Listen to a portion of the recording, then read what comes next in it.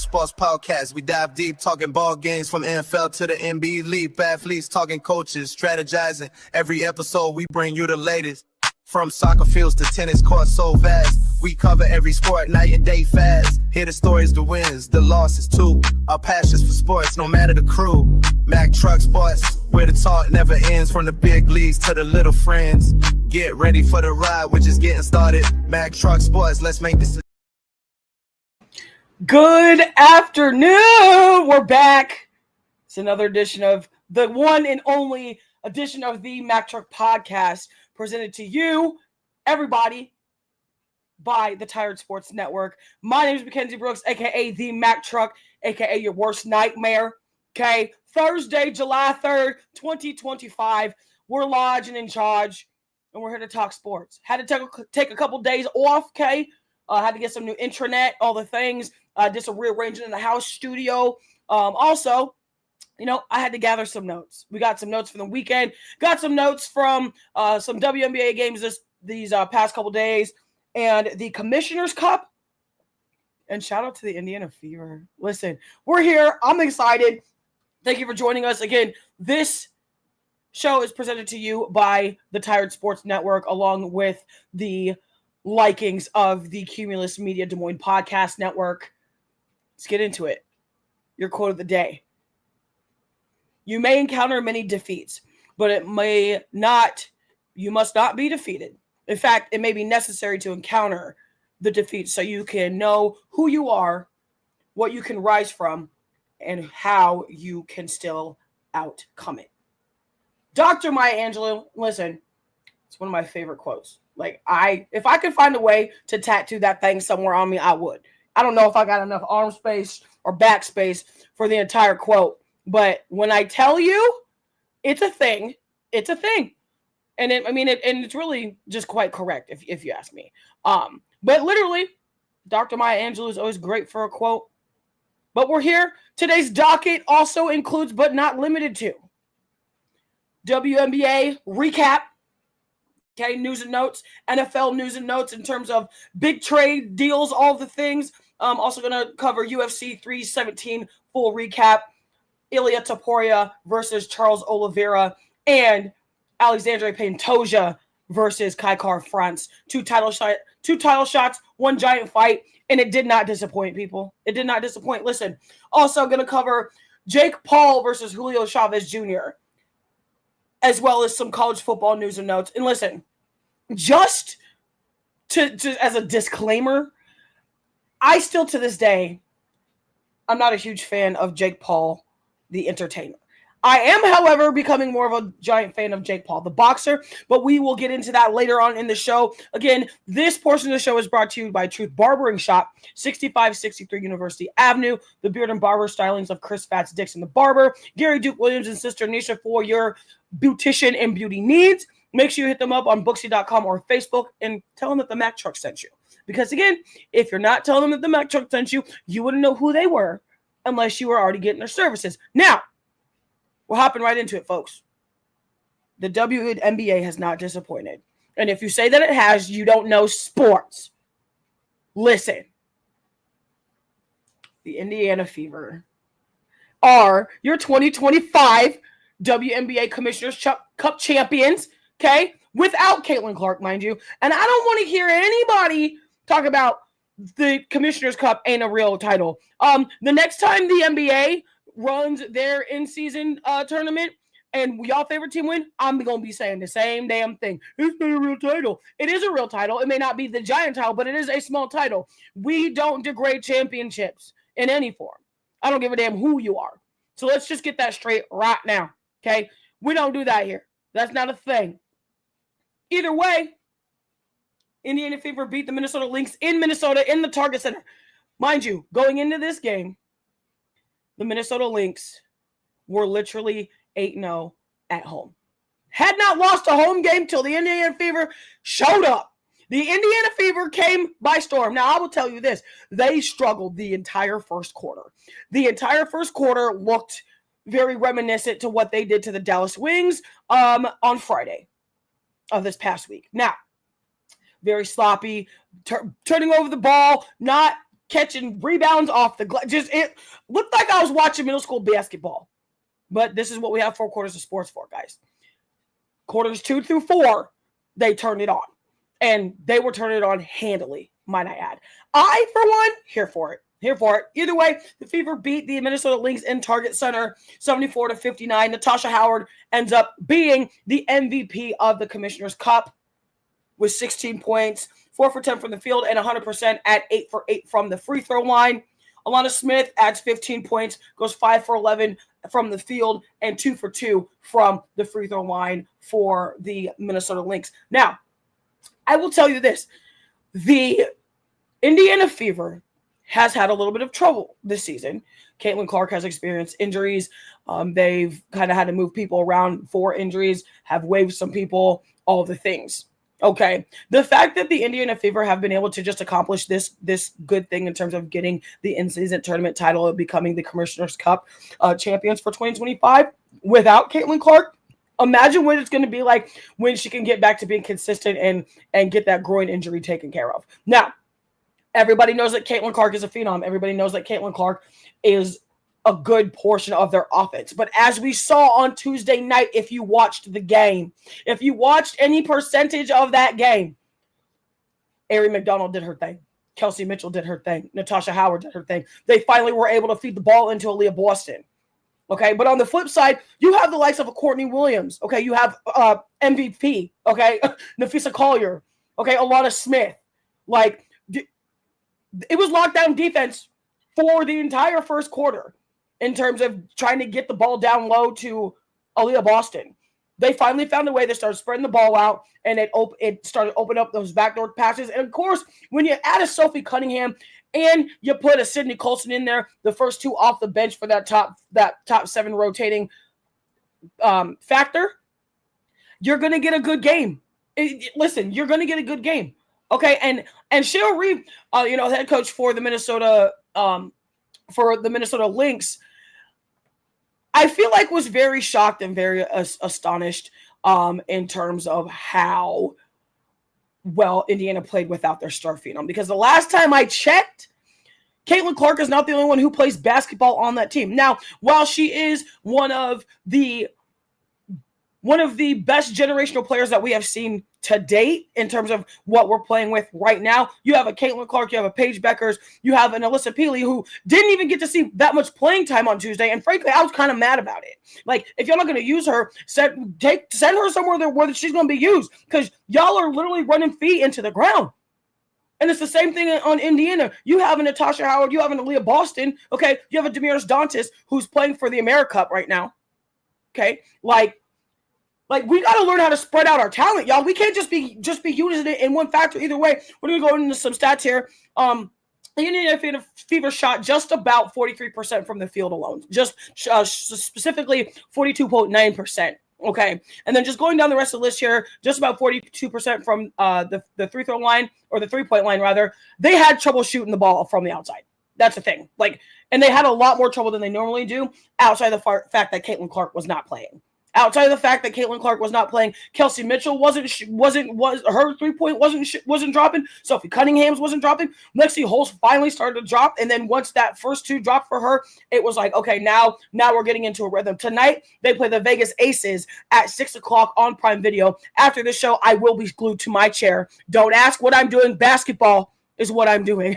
It's a thing, folks. Basketball is what I'm doing. Okay, and also thank you guys for joining the TikTok feed. Thank you for joining on Twitch, Facebook, YouTube, all the things. Make sure you like, share, subscribe, tap the screen, all the things. Send me all the gifts. We got a goal here on TikTok. I need 20 ice cream cones to feed my big back. So if you do that, that'd be great. Thank you so much. Again, make sure you're following us on the Tired Sports Network as well as Cumulus Media Des Moines Podcast Network. Again, welcome in. My name is Mackenzie Brooks, a.k.a. The Mac Truck, a.k.a. your worst nightmare. You're tuning in to the Mac Truck Podcast, where we talk nothing but sports, snacks, hot moms, and all the things, okay? Love it here. I love this for us. Either way, going back to some stats here, the Fever had 18 turnovers and 40 rebounds.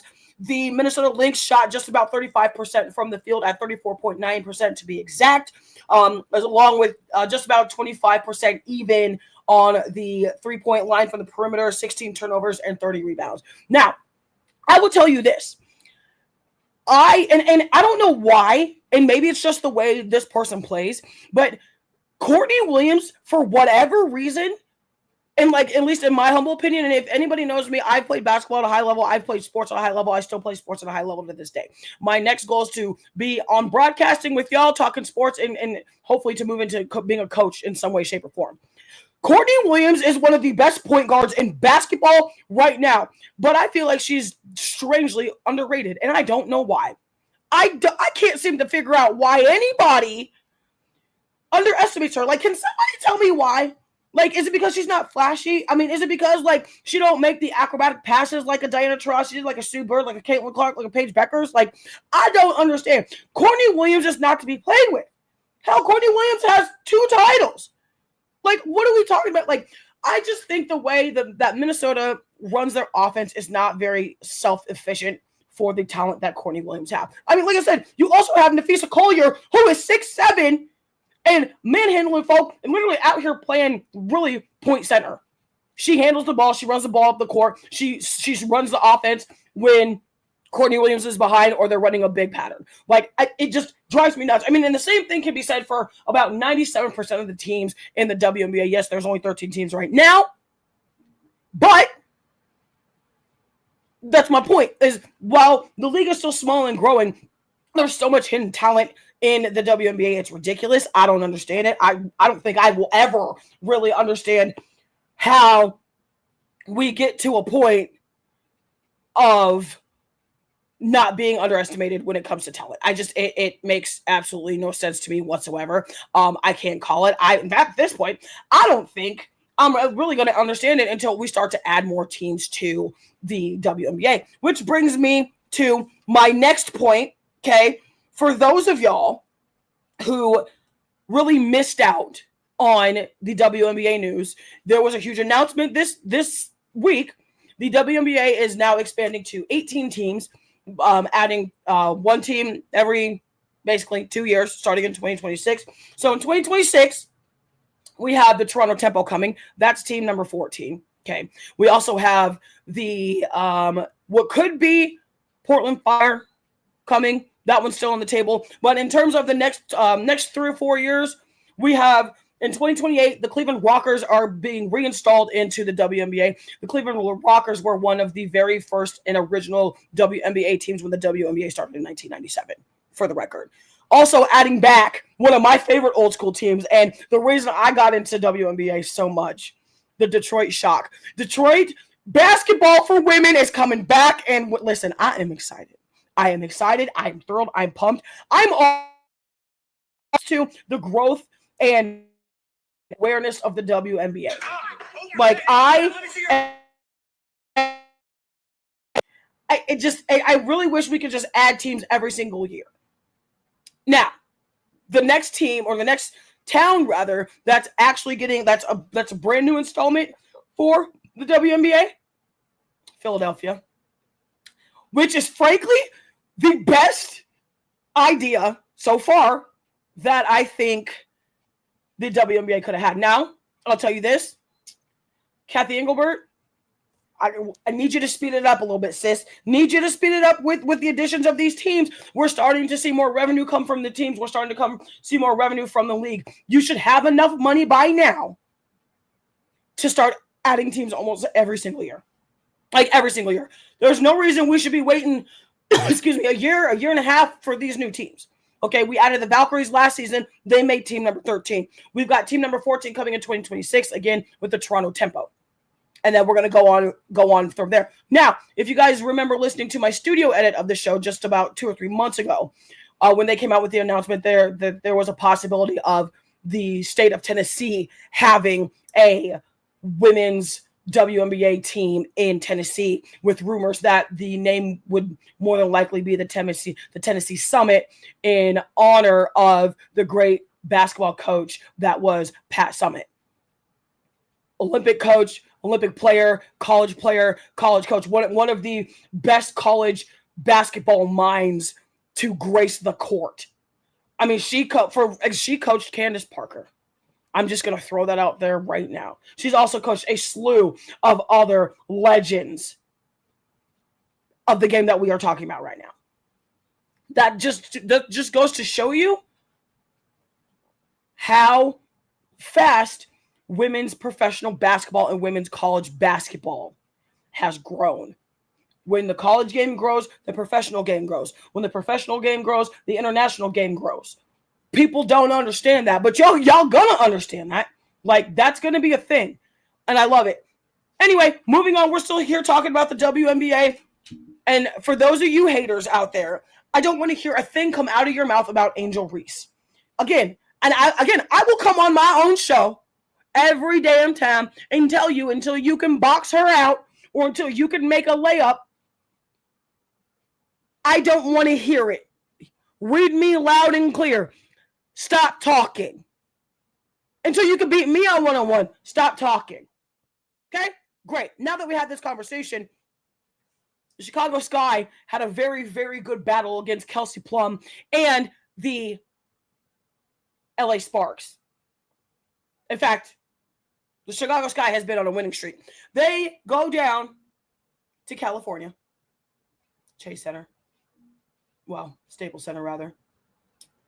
And hand the Sparks another loss, 92-85. Angel Reese, 24 points, 10 for 19 from the field. It goes 100% at 4 for 4 from the free throw line. Kelsey Plum, 22 points, 4 for 16 from the field, and 12 for 12 from the free throw line. How you shoot 12 free throws and still lose? Oh, that's right. Because Angel Reese also had a season high and became the first WNBA player to score 15-plus rebounds in 4 straight games, with this game having 16 of them. But y'all want to talk about me-bounds, and y'all want to talk about, oh, she can't shoot and she can't play. Last I checked, the Chicago Sky currently don't have a freaking point guard, y'all. Courtney Vandersloot's out for the season. I don't know if y'all understand that. Courtney Vandersloot does not get to play. She tore her ACL. Like, Angel Reese is playing point forward. Some of y'all don't even know what point forward means. So until y'all can tell me what point forward means, stop talking. It's the world's most agitating thing. And some of y'all still be sitting in your mama basement eating stale Cheetos, acting like y'all run the world.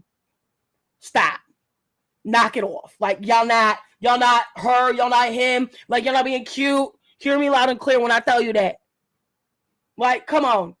Like, when is the hate for some of these young stars gonna stop? Like, across the board, not even just talking about Angel Reese. Like, when is the hate for some of these young stars gonna stop? It don't matter if it's WNBA, NBA, ratchet, badminton, knitting, crocheting, getting a snack out of the refrigerator, okay? Stocking my mama's refrigerator and ice chest with steak. Okay, I don't give a damn. When is the hate gonna stop? Just so y'all have something to talk about? No, go read a magazine and talk about the Golden Girls. Anywho, moving on to more stats. The Chicago Sky also had a collective season high in terms of field goal percentage at just over 48.5. Literally 48.5%, 0.25, if we're being specific. 42% from the 3-point line at 42.3% specifically, okay? Because, we like to be specific here on the Mack Truck Pod, okay? We like to do all the numbers and then round up and then come back. So that's what we do, okay? 14 turnovers and 35 rebounds. The LA Sparks had just under 42% at 41.7 to be exact. 32% exactly from the 3-point line. 14 turnovers as well. And 35 rebounds as well. Listen, I'm going to tell you this. The WNBA is hot right now. If you claim to be a basketball fan, I highly suggest you start watching the WNBA. Hell, I highly suggest you start watching the AmeriCup, which is the college tournament going on right now. For those of you who don't watch the AmeriCup or haven't seen anything, Team USA beat Mexico 2 days ago, 104-42, or some ungodly number. I'm going to throw that out there. Let me repeat myself and make myself clear. Team USA in the AmeriCup down in Chile beat Team Mexico 104-42 or 48. But basketball's not fun. We don't like basketball. Women's basketball. Well, shut up. I don't want to hear it. Because y'all not really sports fans until you see both sides of the sport. There are more than one side to the sport, folks. And again, I will come on here day in and day out till I'm blue in the face and explain that to y'all until y'all really, really start to understand. But until then, that's what I'm here for. And again, thank you for joining us. If you're just joining us on the TikTok feed, on the StreamYard feed, on Facebook, wherever you're seeing this, welcome in. Again, my name is Mackenzie Brooks, a.k.a. TheeMackTruck, a.k.a. your worst nightmare. We're finishing up the WNBA section here on the show. You love it. I love it. That's why we're here talking sports. If you don't, go way back over there to the door. Way back somewhere in Canada. Somewhere. Okay. Either way, moving on into the next game recap. The Vegas Aces and A'ja Wilson. That phenom in her own right. Okay. Super impactful woman for women's sports and basketball. Win a very tight one on the road in Phoenix. 84-81. A'ja Wilson, 26 points, goes 8 for 19 from the field, and 90% at 10 for 11 from the free throw line, the charity stripe, whatever you want. One. Alyssa Thomas, very, very similar stats. 10 less points, 16 points, 5 for 10 from the field, and goes 6 for 7 from the free throw line. Listen, Alyssa Thomas is another, I feel like, super underrated player. Like, for what? First of all, if I'm playing street ball, backyard basketball, 2-on-2, I'm picking Alyssa Thomas on my team. Because, like, I'm big and tall, but she's bigger and taller. I would much rather have her run into you than me. Because I'm going to just straight tackle you. She's going to set a pick and screen. We're going to do a pick and roll, and it's going to be over with. Hell, I would pick Alyssa Thomas, A'ja Wilson, Leah Boston, Nafisa Collier, Breanna Stewart, Caitlin Clark, Erica Wheeler. I don't give a damn how short she is. Okay, Courtney. There's like 17 players alone that I can name that I would pick up, that I would literally pick on a team. Five-person team, 3-2. I don't give a damn. 3-on-3, 4-on-4, 6-on-6, 10-on-10. I don't care. Alyssa Thomas is one of the best power forwards of this game. There's always going to be somebody better than you. A'ja Wilson just out here manhandling folk. Mind you, she missed 3 games because of a concussion. Comes back, damn near beats the Ace, or damn near beats the Fever, then turns around and just starts going on a winning streak because that's how good she is. That's how Becky Hammon has this team, folks. For the record. Moving on, and some team stats here. The Vegas Aces, 43% from the field, 37.5% from the three-point line. Okay, 13 turnovers and 36 rebounds. Phoenix Mercury, 38% from the field, 42% from the three-point line, 11 turnovers and 35 rebounds for that game. And again, some of these games are from the weekend recap, folks. If you're just joining us, we did not have a show at the top of the week. We had things and stuff and adulting to do. Okay, we did our adulting for the week. We got a 3-day weekend. We'll be here today and tomorrow. So stay tuned, okay? We here all weekend for y'all. So stay tuned. Moving on into the last game recap here on the Mack Truck Podcast in terms of our WNBA recap. Again, presented to you by the Tired Sports Network and Cumulus Media Des Moines Podcast Network. Still talking basketball. Still talking WNBA. The Connecticut Sun drop a big one to the Minnesota Lynx prior to the Commissioner's Cup. That was on Tuesday. The Minnesota Lynx at home, which is where they got their 8th game in a row, 102-63. Anissa Morrow, 16 points, 5 for 14 from the field, and goes 100% at 6 for 6 from the free throw line. Nafisa Collier, MVP, can't say MVP because it's MVP. That's what she is. Okay. 23 points, 9 for 14 from the field, goes 100% at 4 for 4 from the free throw line. Now listen, I don't know if y'all watched or have watched Nafisa Collier in her entirety of just being a basketball player. That girl is mean as hell, and I love it. When she's on the court, she's such a different person, and it's so great to see like personalities come out, whether it's on a basketball court, soccer field, football field. It don't matter. MMA cage, boxing ring. It don't matter. I love to see personalities come out in a competitive form. Nafisa Collier is one of those individuals. When I tell you that, Nafisa Collier is one of those people, like, you can just tell it on her face, like, bro, she's not trying to have none of that. In fact, her and Leah Boston during the Commissioner's Cup, just like, first of all, Leah Boston, I'm about to let you just walk all over her. Number one, I'm going to tell you that right now. Number two, Phil, you might be 2 inches taller than Leah Boston, but Leah Boston is not no punk. But in the same respect, Aaliyah Boston, I need you to know you messing with the MVP. You messing with the MVP over here. Okay, like she got a ring too. Like, come on, like the jawing, the personalities, and I just think it's crazy how some of these people out here, whether they're casual fans, whether they're, and I feel like it's these new WNBA fans, which is like it's typical. Like these new WNBA fans are just like, oh, like this is bad for the sport. No, this is good for the sport because, again, I will say this till I'm blue in the damn face. Sports have no gender. If you play in the sport at a high level and you're competitive, your personality gonna come out. That's how it is. That's how it's supposed to be. That's how it's going to be. That's how it's been since the dawn of eternity. Since Nike, the wind goddess of victory, was a thing. And if you know Greek mythologies and stuff, then you know. Okay?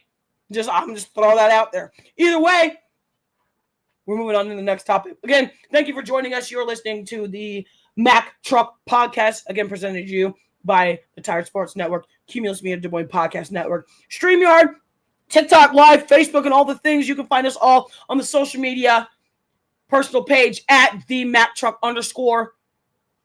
And for the show page, you can find us at TheeMackTruckPod_TSN. You can also find me on Facebook at Mac Brooks. Okay?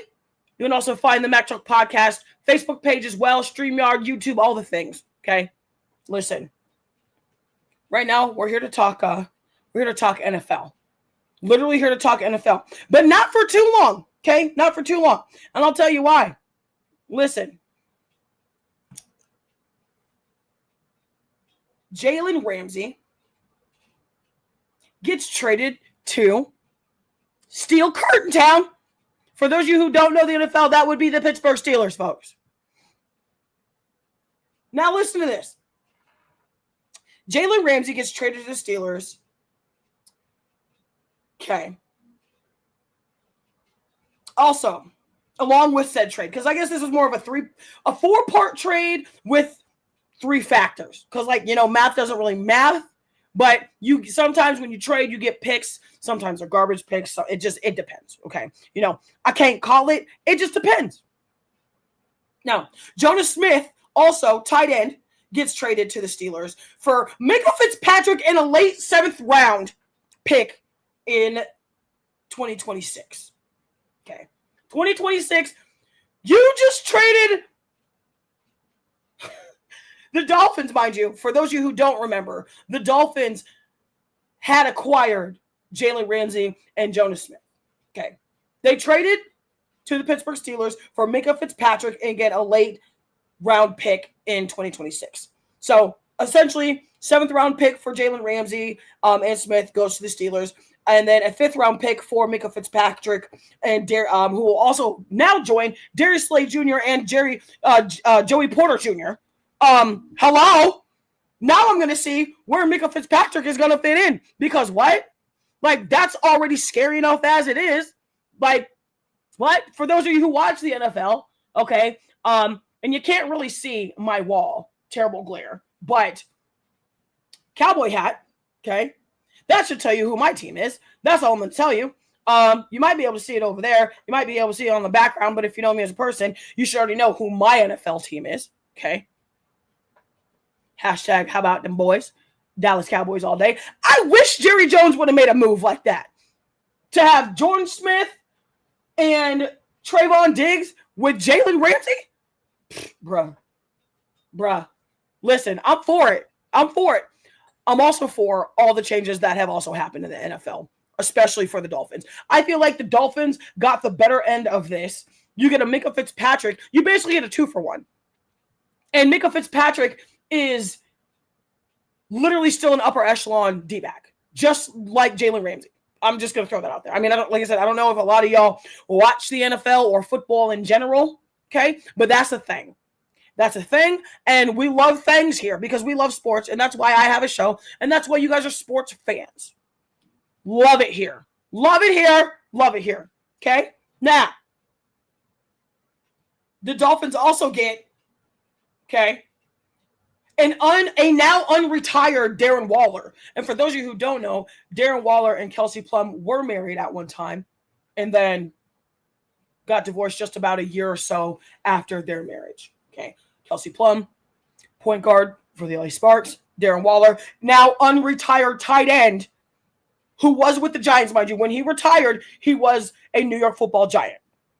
He is now a Miami Dolphin.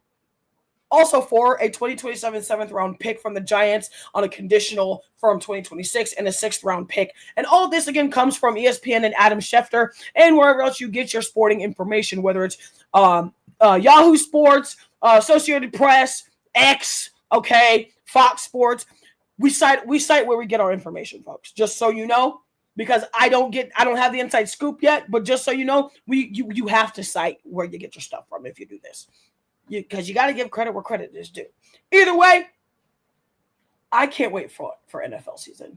I'm going to throw that out there. Not really so much for my own team because, like, I've been a fan since I was 3, okay? When they won the Super Bowl, I was 4 years old. Literally, 96. I was 4. I'm 33 now. 33 and a half. We'll be 34 in January. In the middle of football season. I'm just telling you that right now. Well, towards the end of postseason, I guess, depending on how you look at it. I can't wait. I can't wait for football. And my season just ended, so now I'm like, I need college. I need more of the UFL. I need more anything that has to do with a pigskin. Okay? Need it.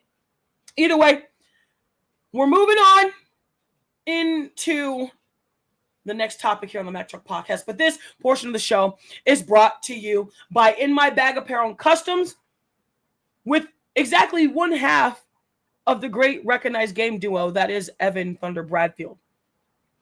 You can get your In My Bag Apparel stuff on the Whatnot app. You can get it on the TikTok shop. You can get it on Cartel Bag. You can get it through me or him. In fact, he's the official merchandiser of the Mack Truck Podcast in its entirety. Okay, this shirt made by him. This hat not made by him. Made by Mack Truck and Company. Okay, House V Mac. Hey, sponsor me. I'm your girl. Listen, I'm gonna tell you this right now. If y'all want fresh clothing, get on track with Evan. Don't play about this. Don't sit there and tell me you like clothes and you like free spirits and all things. Get yourself a shirt. Make sure you like, follow, share, subscribe. Also, the Recognized Game Podcast with Caleb and Evan Bradfield on the Tired Sports Network, because that's where we're at right now. Okay. Also, TikTok, live, StreamYard, all the things. Listen, I'm giving y'all avenues to find the shows. I don't want to hear where can I find the show. If you listen to the show, you know where to find it. If you're on social media, you know where to find it. Okay. That's all I'm saying. Listen, it's UFC time. It's UFC time. And I'm going to lie, definitely kind of sad. Most of my picks got shattered. And I'm okay with it because the fight card, fantastic. International Fight Week, fantastic. UFC 317, fantastic. Let's get into it, y'all. Brandon Royval versus Joshua Van in the flyweight division. Brandon Royval drops another one and is now 17-8. Joshua Van is now 15-2-0. Unanimous decision goes to Joshua Van, 28-29 times 2, and a 27-30, again, in favor of Joshua Van. Frankly, if it were me, I would have hated to judge that fight. I would have hated to judge any Brandon Royval fight. Brandon Royval is one of the most tenacious flyweights I personally have ever seen. He's also fought the likes of the Assassin Baby, okay?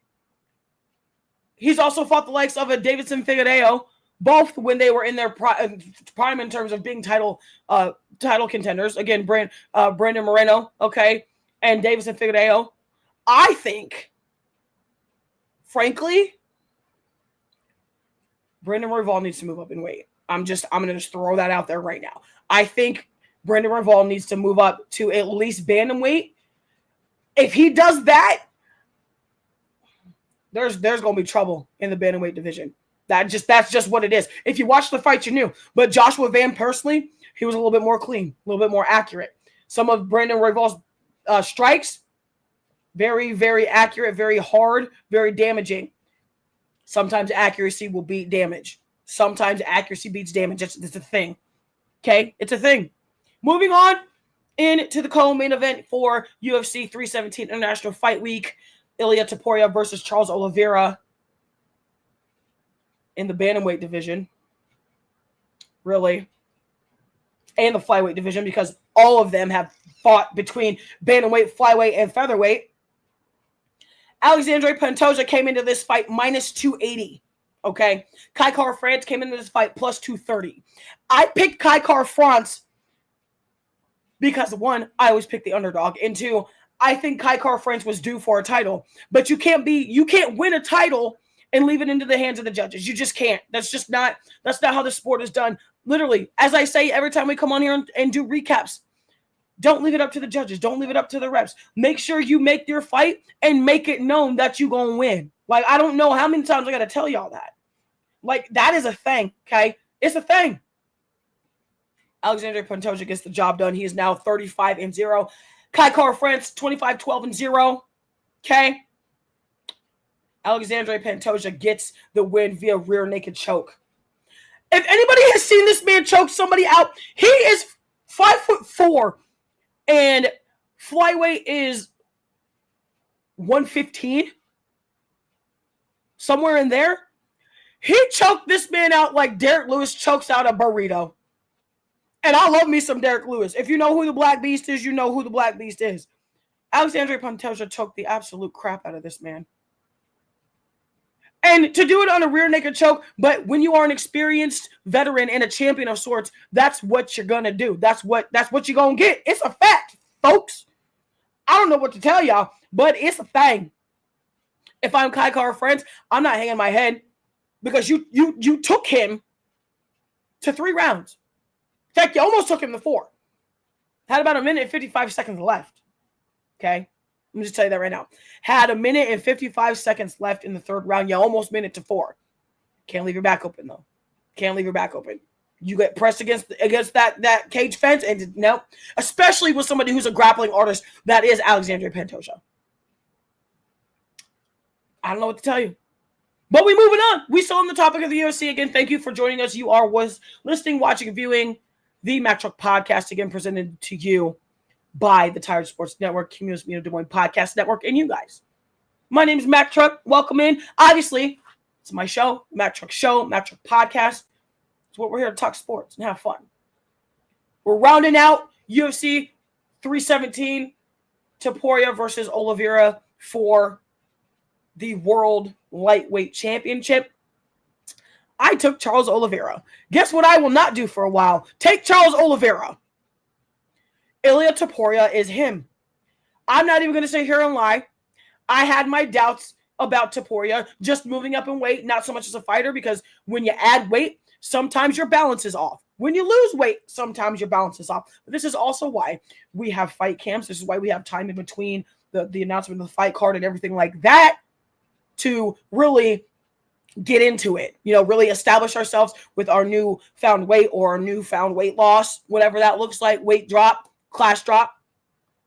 Ilia Topuria now joins the likes of a Daniel Cormier. He now joins the likes of a Conor McGregor, 2-belt champion. Ilia Topuria is a nasty mug. This man hit him with the scariest left hook I have ever seen in my life. Ilia Topuria is him. Okay? Ilia Topuria is now 17-0. Charles Oliveira, 35-11-0. TKO, KO rather. Round 1, 2 minutes and 27 seconds left in the first round. Hello? The first round, not the second, third, fourth, or fifth. The first round, the very first round, okay? Who the hell's going to beat Ilia Topuria? Somebody tell me that right now. Someone give me a lightweight. Who's going to beat him? Anybody? Can anybody give me a flyweight or a flyweight, lightweight, hell, welterweight that's going to either come up in weight, drop down in weight to beat him? Someone tell me, because I can't think of not no one body. Can't think of not no one body that's going to beat him. And I wouldn't be shocked if he stays undefeated for a while. I ain't even going to hold you. Not even going to hold your pocket. Nothing. I don't know who's going to beat Ilia Topuria, and it's going to be fun to watch. I'm going to tell you that right now. Either way, the next UFC event, and I absolutely can't wait. And probably because, like, Derek Lewis is one of my favorite fighters on planet Earth.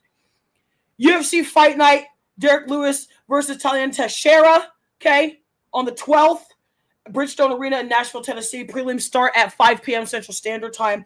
Main card starts at 8 p.m. Central Standard Time. I mean, you have this card is also stacked. This card could easily be part of a pay-per-view, part of a big main event, but that's why it's also on a UFC Fight Night. Okay. You have Junior Tafa versus Taco Takaris. Like, that one's gonna be nuts. And I'm taking Junior Tafa. Should be Shui brother, but definitely not. If you know who Shui is, you know. Okay. Stephen Wonderboy Thompson versus Gabriel Bonifim. That one's going to be scary. Welterweight division.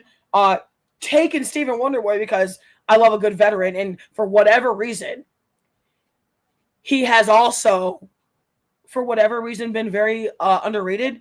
He's like the Karate Kid. If anybody remembers who Michelle Watterson is, okay, the Karate Hottie, swear they should do like a spinoff of the Karate Kid adult version.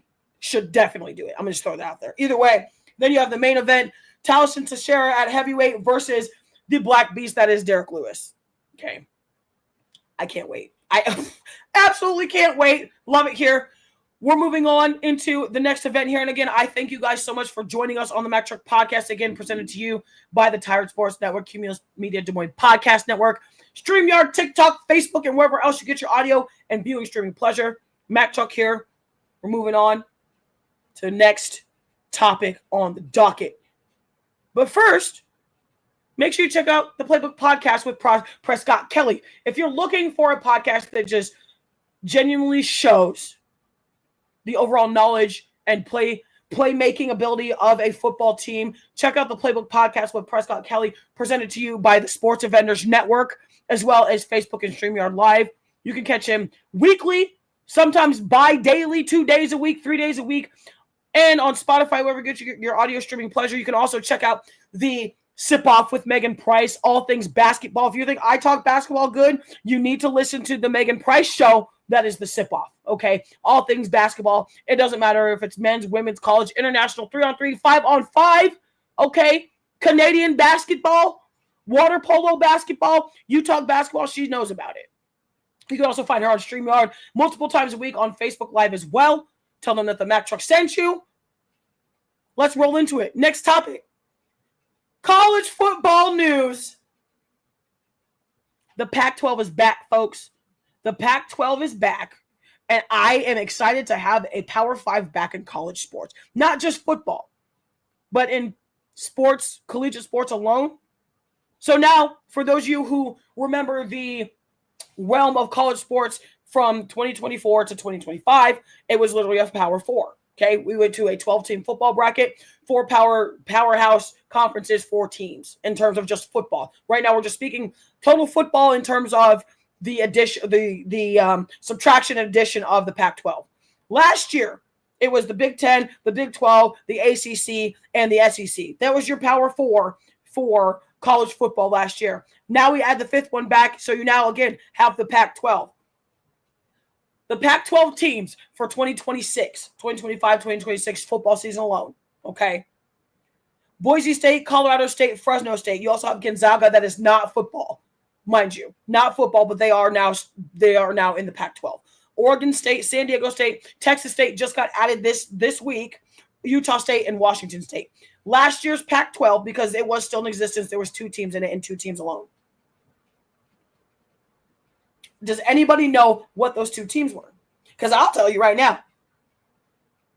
Oregon State and Washington State. Those were the only 2 teams in the Pac-12 this past season for football. Because we're just talking about football. Okay. Again, so we go back to a Power 5. But again, how do you have a Power 5 with 12 football team spots?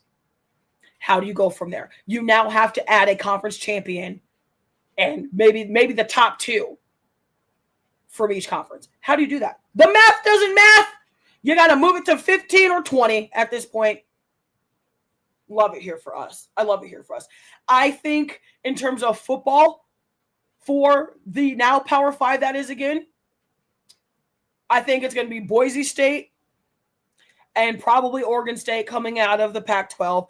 Going to be, and I'm going to pick Iowa. Damn it, I don't give a damn. Iowa from the Big Ten and probably Ohio State and unfortunately Michigan. Like, okay. And maybe Oregon. Maybe there's like a 4-way tie for top 2 coming out of the Big Ten. The SEC, probably going to be Alabama, Georgia, absolutely could see an Ole Miss team ran by Lane Kiffin. Could also see an LSU team with Brian Kelly, depending on how Grant Nussmeier does in his senior year. There's so many avenues that could happen. And then for the Big 12, definitely putting Iowa State in there. I don't care if I went to Iowa or not. I play football. I watch football. I watch Iowa State a lot, which used to be really unfortunate. I can't say that anymore. Putting Iowa State coming out of the Big 12. Also, going to throw in Colorado, even though the Sanders boys and Travis Hunter aren't there anymore. They have a lot of recruits. They have gotten a lot of top 10 recruits just out of the state of Georgia football high school system alone. Going to throw Iowa State in there. Going to throw Colorado in there. Also going to throw Kansas and Kansas State. Absolutely those two as well. So a lot of 4-way ties that could happen for college football in terms of who's going to grab those top 2 spots for our brackets. And I'm excited. I absolutely can't wait. I just love it here. Love it here. I love football. I love sports, and that's what you're here listening to the show for. So again, thank you for joining us. Now, the moment y'all have been waiting for, because I have seen like 7 comments on TikTok. I've seen comments on Facebook. I've seen comments in my text messages. When are we going to talk about Jake Paul versus Julio Chavez Jr.? Right now. Right after we pay the bills. Listen, again, you can find us on any social media stream, TikTok, Facebook, stream or live at the Tired Sports Network, at the Mac Truck Podcast TSN on TikTok, at the Mac Truck _ personal page on TikTok as well. Okay, Mac Brooks on Facebook. That's the sports page. If you find another page that looks like me, it is me. Got 2 pages. Don't add that one. Add the sports page. Okay. Also, make sure you're listening, following, sharing, subscribing, all the things. Make sure you're hooking up with the Mac Truck Podcast merchandise via myself and the In My Bag apparel crew. Also, if you like to indulge responsibly, I highly suggest you check out Patton That Spirits with Daniel and Jen Patton. Okay? I absolutely encourage it, but we do things responsibly here. Their line of bourbon, whiskey, and tequila will change your indulging experience. Make sure you hit them up on Instagram at them Pattons, TheMPattnos. And make sure you tell them the Mac Truck sent you. You can also find them on Facebook as well. But let's get into it. Now listen. And I'm gonna preface my comments by saying this. I, for the longest time, was not a Jake Paul fan in any respect at all. I have absolutely zero problem stating that until I watched his documentary on Netflix in December of 2024. I gained a newfound respect for him after I watched that documentary. Him as a boxer, I didn't get respect for him like fully until I saw the results of this fight and went back and rewatched this fight. Jake Paul is probably not to be played with at this point when it comes to boxing. I will tell you this, though. The fact that he actually is now starting to box legends' children in terms of Julio Chavez Jr. He fought there's so many people that he's fought, but Mike Tyson, like the Mike Tyson one, but like you're 27, he's 56, 54, but you still rocked him, okay? You still put hands on him. That's not easy to do for anybody. Jake Paul now also, for the record, for those of you who follow boxing in a whole and follow the federations and the associations and all the things, via the World Boxing Association, WBA, Jake Paul is now ranked number 14, which now means he is in contention for a title shot. What? Like, you just beat Julio Chavez Jr. Like, literally, you beat Julio Cesar Chavez Jr., the son of the legendary Julio Cesar Chavez Sr., boxing legend. Junior in himself is also a boxing legend. Former middleweight champion, 3 times over, 4 different belt era. How you come into the ring and just do what you did to him? What? Someone make sense of that. Because I sure the hell can't. I'll tell you that right now. I'll tell you this, though. I'm not sure Jake Paul's going to get a title soon, but he's going to give somebody a damn fight. I know that's for sure. He's going to give somebody a fight. And the fact that he has fought at heavyweight and fought at catchweight, and you just did what you did to Julio Cesar Chavez Jr., you have to find him a title shot. You also, now, people have to start taking him seriously. I can't even believe I'm saying that, of all things. Y'all got to start taking this man seriously when it comes to this sport. Because boxing is literally what saved that kid's life. And I'm all for it. I'm all for it. If anybody has gotten to watch that fight, or the documentary rather, I highly suggest you do so. Y'all need to go onto Netflix and watch the documentary. It's called The Problem Child, I believe. Thank me later. If you could put your biases aside for, I think it's like 85-minute documentary, you will think differently about him. I'm not saying I'm a fan of his, but I'm not like, oh my God, like, it will change your life. Either way, Jake Paul is now 12-1, 7 knockouts. Again, ranked number 14 now in the WBA. Okay. Also, for the record, I think this is funny, but because they chose to do this fight on the same night as UFC 317 during International Fight Week, the UFC has had this spot for a very long time. International Fight Week and the UFC has been a thing. That's how it has continued to grow. They have always had International Fight Week either the first weekend in July or the last weekend in June. Okay. It only sold 38 pay-per-views, for the record, which is crazy to me. It's crazy to me that they sold 38 pay-per-views. But again, when you have UFC 317, you're not going to get that many pay-per-views. Although there's going to be a lot more people watching the UFC rather than a Jake Paul, Julio Cesar Chavez Jr. boxing match. Now, I will also say this because I see the exact comment that made this pop into my head before. Jake Paul absolutely has to fight Tommy Fury again. Has to. In fact, I think he should be the first one Jake Paul goes back to fight as a now like formidably ranked boxer. And I'm not even really sure what Tommy Fury's ranking is. I think he's numbered, I'd say 10 to 12, 10 to 13, maybe 9 to 13. But that absolutely has to be the fight. Absolutely has to be the fight. Tommy Fury, Jake Paul, WBA, middleweight match, catchweight match, depending on what they want to agree on. Julio Cesar Chavez Jr. is 54-7-1. And just throw that out there. 54 wins, 7 losses, and 1 no contest and or disqualification. Again, former middleweight champion in the 4-belt era. I'm interested to see where they place him now. Because if they still drop him even 1 or 2 rankings, let's say, okay, you put Jake Paul at 14, you put Julio Cesar Chavez Jr. at 16 or 17, they're going to end up fighting in too. If Junior stays in the WBA ranking system in that top 10, top 15, top 20, they're going to fight again. But the first fight for Jake Paul as a ranked boxer, again, absolutely agree with Coach DB, Big Cuzzo out here. Tommy Fury. Has to be. If anybody watched that fight, watched the Tommy Fury fight, and has watched this fight with Julio Cesar Chavez Jr., it's like almost a completely different boxer. I'm not even going to lie to you. Not even going to hold you. Not going to hold you. Can't do it. Not going to be able to do it. Jake Paul, in my personal opinion, is a formidable boxer. And I thought that after the Fury fight, and not just because he lost, but because he looked like a damn boxer. He looked like a boxer, folks, but he looked like even more of a boxer with this fight, fighting Julio Cesar Chavez Jr. It's crazy to me. Wild, in fact, like mind-blowing, okay? And with that, folks, that's all we got for the show today. That's all we got. If you're just joining, thank you.